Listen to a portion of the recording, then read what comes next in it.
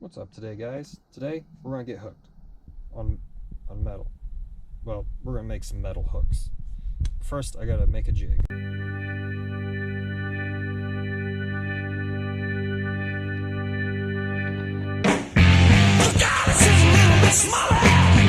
Basically, what my goal is to make some 3/8 hooks. Need about 4 of them. 3 of them for a to hang a 1.5 inch rod as a coat hanger, and another one for well, pulling decoys in on a duck decoys and goose decoys out of the water. So what I have is some 6x6 hot rolled, because I couldn't find any cold rolled 1/4 inch, and I already cut off and partially machined some dies. I don't know if I'd call them dies, but my goal is to put the bigger one in the middle of the plate and this one off to the side. I'll wedge the hook in here and then roll it around as far as I need to. Pretty simple.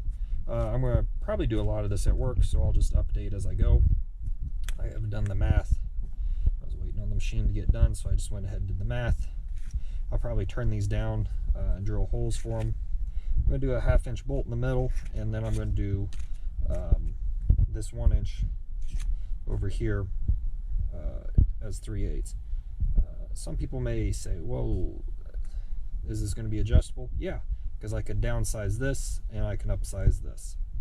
I could do different size hooks then. I don't know if this is going to work, but it's my thought. Hopefully it does.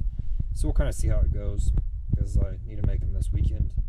So I'll get started by laying this out. I'll drill it. I'll get these holes drilled. I'll have to tap the plate, and we'll kind of go from there. What I did was I marked it out in layout fluid. Tried my best to get the center of the plate. These things are not square. They're not really super flat either, but it'll do for what I need. And then I measured out 1.625 inches, which, if my math is right, should put me there and should drop that 3/8 between here. So in theory, I'll have this, drop the rod in, I'll heat it, and I can bend my hook around. Alright, so I got the plate tapped, as well as went ahead and milled the holes. I milled these, not drilled them. Gave myself 5 thou clearance on that. And 3/8 rod fits in there pretty good. The other thing I've done to these, and I'll screw this down real quick, is I've went ahead and welded on some angle iron here. That way I can grip it in my vise. Now I'm not too worried about, oh, you need to do a smaller size. Well, I could come off this center line and drill a hole over here yet. And I can do all sorts. I can go farther out over here, or I can go closer. So I'm not too worried about if I have to do different sizes. Again, I could also shrink this and expand that. So yeah, now we just need to make some hooks. Alright, so we got the jig out here. I got a spare hand. I've already tried one. So we're going to go ahead. I have to start it on this side, then I'll flip it around and do it on the other side. So we'll get started here.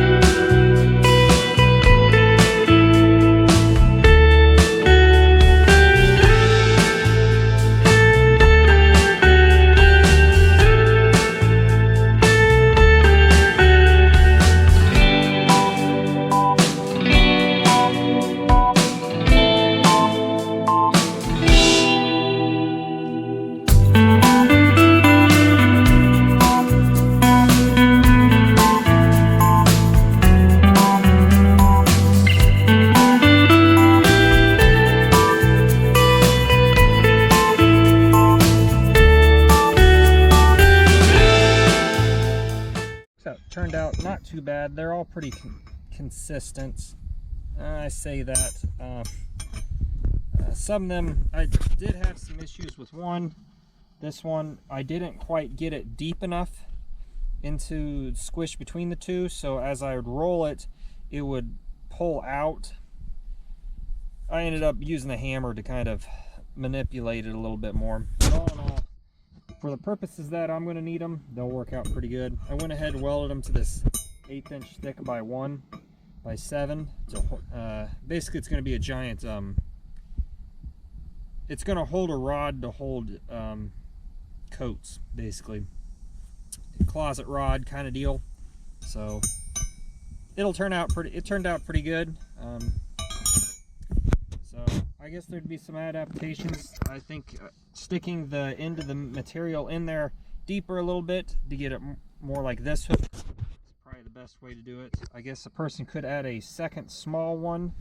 Would be just a hair off, or make a oval one. That way it would have more to grip the hook onto, and it hopefully wouldn't slide out. Or if it does slide a little bit, you got a little bit of extra room to work with before it fully pulls out.